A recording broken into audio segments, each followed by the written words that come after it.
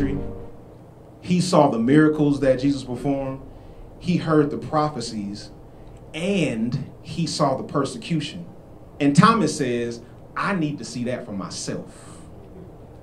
I'm sorry, but after what I saw, I need to verify for myself that the opposite is now true. And unfortunately, for many of us, a negative shadow of shame has been cast on Thomas's doubt. It has been taught to many of us that something was wrong with Thomas and he shouldn't have doubted. But I've actually come today to suggest that we've been miseducated about doubting Thomas. And I want to submit today the benefit of the doubt. But he said to them, unless I see the mark of the nails in his hands and put my finger in the mark of the nails and my hand in his side, I will not believe. It's 2019.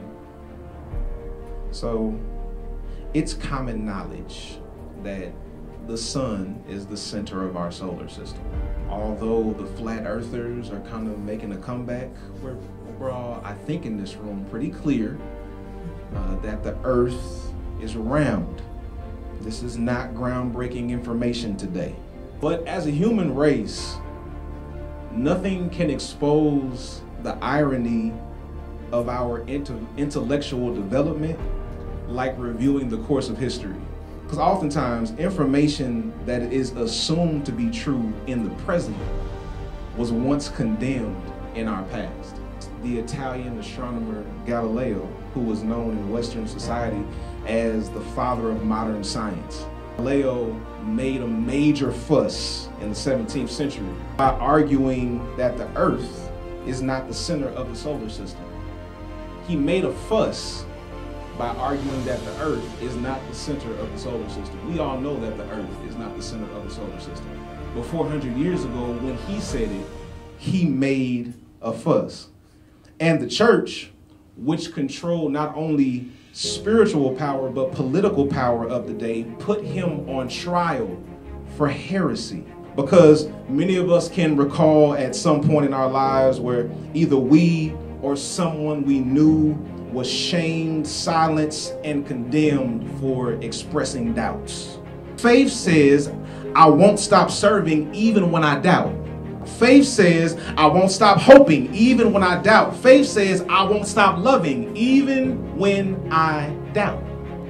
But the same way the church shamed Galileo in the 17th century, we have also projected that shame on the disciple named Thomas, to the extent that we have even labeled him Doubting Thomas in many spaces. He was one of the 12 disciples that served Jesus during his ministry. He heard the prophecies and he saw the persecution. And at this point in the story where we are in John chapter 20, his community is trying to convince him that the death he saw earlier has now been turned into life. Jesus had prophesied over and over and over and over again that he was going to die and he was going to be resurrected. So Jesus shows up and says, here, put your finger in the hole in my hand. Same thing I did for your comrades. He says, here, let me show you what you need to see. Because the reality is you can't unsee certain things. There's some things you just can't unsee. We've all had some experiences with church that we just can't unsee. We've all had some experiences in life that we just can't unsee. And Jesus said, I'm not trying to get you to unsee it. I'll just show you something different. You're never going to get to the point where you unsee the stuff that puts you in the place that you're in right now. Free yourself of that need. Our faith is a byproduct of doubt in the absence of certainty. If you have certainty, you don't need faith. Faith is a byproduct of doubt.